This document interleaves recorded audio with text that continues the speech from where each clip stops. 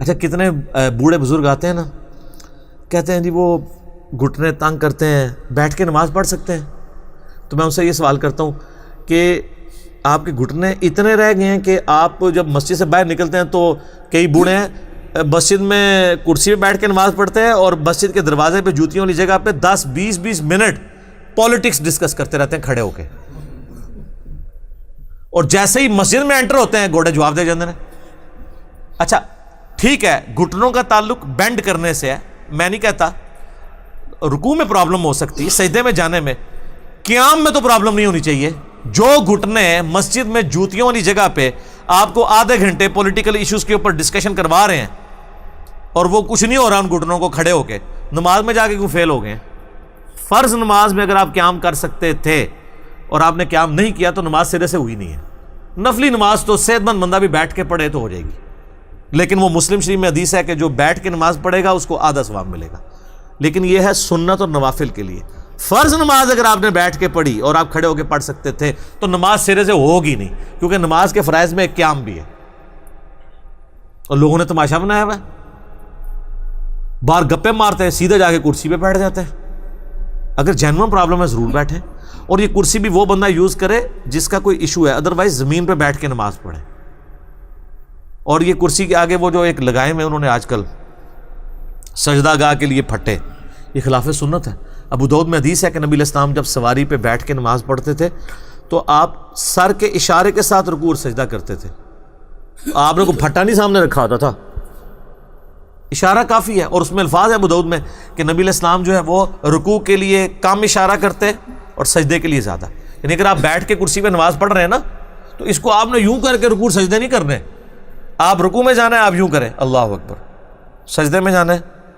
سمیع اللہ لمن حمدہ ربنا لک الحمد اللہ اکبر، بس۔ وہ یہاں وہ کیا کر رہے ہوتے ہیں ادھر کر رہے ہوتے ہیں، یہ حرام ہے، خلاف سنت ہے، بدعت ہے۔ ہم نے تو کئی مسجدوں میں یہ بات کر کے یہ کٹوائے پھٹے سامنے سے، اور یہ میں جو آپ کو فتویٰ بتا رہا ہوں یہ ایگریڈ اپان ہے تمام مکاتب فکر کا۔ اور اس کا نقصان یہ ہوا ہے کہ جس کو تھوڑا بہت پرابلم ہے جا کے کرسی پہ جا کے ٹک جاتا ہے، اور اللہ کے بندوں کرسی پہ کیوں جا کے بیٹھتے ہو، زمین پہ بیٹھو۔ اور زمین پہ یاد رکھیے گا آپ دوزانوں بیٹھ کے نماز پڑھیں گے، اور اگر آپ دوزانوں نہ بیٹھ سکتے ہوں پھر آپ آلتی پالتی یعنی چوکڑی مار کے بھی بیٹھ سکتے ہیں۔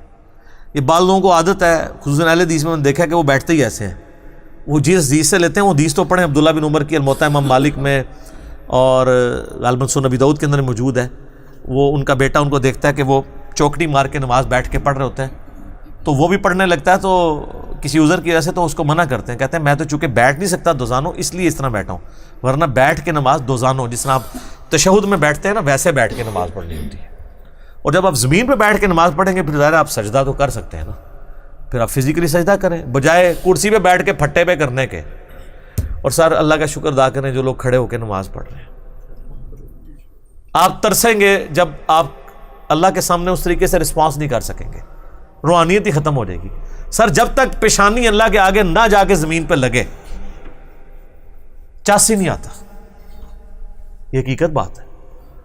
تو اللہ کا شکر ادا کریں جب آپ کھڑے ہو کے نماز پڑھتے ہیں، اللہ کا شکر ادا کریں کہ یار آپ ایک ایک رکن جو ہے سنت کے مطابق ادا کر رہے ہیں،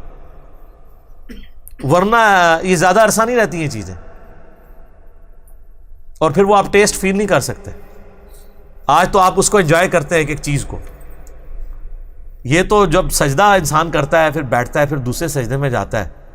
اور اپنی عزت کی جگہ اللہ کے سامنے اس کو ذلت میں لے جاتا ہے اس کی بڑائی کے لیے، اس کا تو ٹیسٹ ہی کچھ اور ہے۔ تو اس سے پہلے کہ جب یہ سچویشن آئے اللہ تعالیٰ کو رسپانس کریں اور اللہ کا شکر ادا کریں